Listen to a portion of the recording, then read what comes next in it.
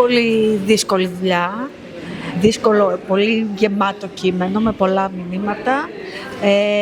Το πιο σημαντικό μήνυμα για εσάς που περνούσε αυτό το θεατρικό? Το να μπορείς να είσαι ο εαυτός σου. Πολύ δύσκολο. Πολύ δύσκολο στις μέρες μας.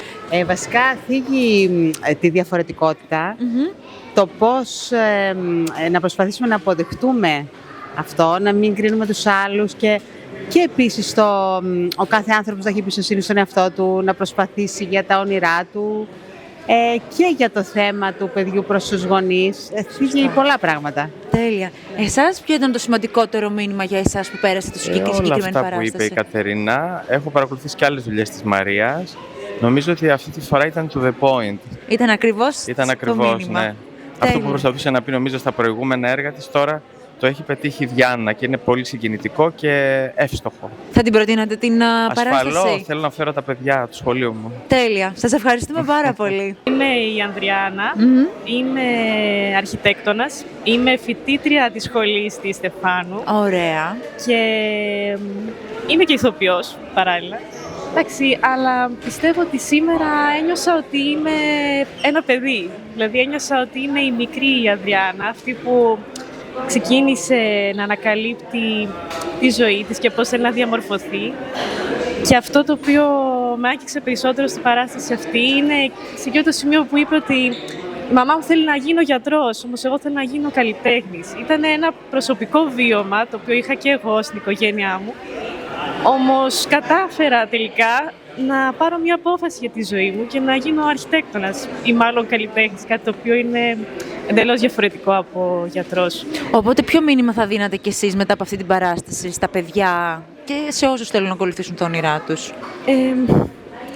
Είναι δύσκολο να δώσει κάποιο μήνυμα, αλλά πιστεύω ότι βλέποντας αυτή την παράσταση τα παιδιά θα καταλάβουν μέσα τους τι είναι σωστό και τι είναι λάθος για τους ίδιους. Κάτι το οποίο πιστεύω ότι όλοι θα το ανακαλύψουμε όταν πάρουμε μία απόφαση πραγματικά που την εννοούμε μέσα στη ζωή μας. Και το σημαντικότερο μήνυμα της παράστασης για εσάς? Είναι να έχουμε θάρρος, να ψηλώσουμε και να φτάσουμε εκεί που μπορούμε, εκεί που πιστεύουμε ότι μπορούμε να φτάσουμε και να μην φοβόμαστε τα ύψη. Το κλάμα φαίνεται? Το κλάμα δεν φαίνεται, αλλά για πείτε μας. Γράφει. Δεν έχω λόγια, οι ηθοποιοί ήταν εξαιρετικοί, οι χορογραφίες τέλειες και η μουσική, να το τονίσουμε και αυτήν. Και έχει πιάσει πάρα πολλά συναισθήματα ανθρώπινα, ανεξάρτητα από την ηλικία και πραγματικά εγώ σαν γονέας τουλάχιστον ούτως ή άλλως δεν τα έκανα, αλλά τώρα ένα παραπάνω ξέρω ότι πρέπει να προσέχω και πώς πρέπει να βοηθήσω το παιδί μου να εξελιχθεί και ας είναι μακριά μου αν αυτό επιλέξει. Και το σημαντικότερο μήνυμα που πέρασε η παράσταση για εσάς? Να ανοίξουμε τα φτερά μας όλοι μας, όχι μόνο τα παιδιά, γιατί και εμείς το χρωστάμε στους εαυτούς μας. Η παράσταση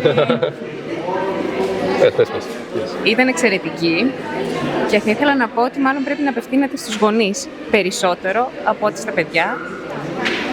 Σίγουρα είναι για παιδιά λυκείου και ηλικίου. Είναι συγκλονιστική όπως και η προηγούμενη σας παράσταση. Τα μηνύματα που περνάει είναι ότι δεν έχουμε δουλέψει πρέπει να το δουλέψουμε, δεν ξέρω, σε όλη τη διάρκεια της ζωής μας. Δεν ξέρω τι άλλο να πω, είμαι πολύ συγκινημένη. Και να κοιτάς μέσα σου, αυτό μου βγάλε πολύ. Να κοιτάς τι χρειάζεσαι περισσότερο, όπως το νιώθεις και όχι πώς τα βλέπουν οι άλλοι για σένα. Οπότε, από όσο καταλαβαίνω, θα τη συστήνατε ανεπιφύλακτα. Ξεκάθαρα, σε όλες τις ηλικίες, πραγματικά από γονείς μέχρι παιδιά δημοτικό. Κυρία Στεφάνου, το έργο για να αρχίσει η ζωή. Μία δήλωση, τι αντιπροσωπεύει αυτό το έργο για εσάς και ποιο είναι το σημαντικότερο μήνυμα που θα θέλατε να περάσετε? Η αλήθεια είναι ότι είμαι ακόμα σοκαρισμένη και δεν ξέρω κατά πόσο είμαι σε θέση να μιλήσω. Όπως είπα και πριν, αυτό το έργο απευθύνεται σε ένα κομμάτι της ζωής μου και σε κάποια πράγματα που πρόδωσα εγώ για τον εαυτό μου και είχα πολύ μεγάλη ανάγκη να απενοχοποιήσω τους γονείς, δείχνοντας όμως ταυτόχρονα όλα τους τα λάθη. Και αφού τα δείχνουμε και τα αναγνωρίζουμε, γιατί και αυτοί είναι άνθρωποι, μετά χρειάζεται επειγόντως να πάρουμε την ευθύνη της ζωής μας και να προχωρήσουμε και να τους αγκαλιάσουμε και να τους ευχαριστήσουμε για όλα όσα μας έχουν δώσει. Και εγώ αυτή τη στιγμή γεμάτη με ευγνωμοσύνη για όλα αυτά που έχω ζήσει, για όλα αυτά που έχω μάθει, για τους υπέροχους άνθρωπους στη ζωή μου και για τη μητέρα μου. Συγγνώμη για τη φόρτιση. Δεν υπάρχει κανένα Σας πρόβλημα. ευχαριστούμε πάρα πολύ για όλα. Ξεκινάει ένα νέο ταξίδι. Θα είμαστε κάθε Κυριακή για όλη τη σεζόν στο Radio City και για σχολεία που όπως πάντα μας τιμάνε και μας στηρίζουν από όλη την Ελλάδα. Σας ευχαριστούμε θερμά. Και εμείς σας ευχαριστούμε.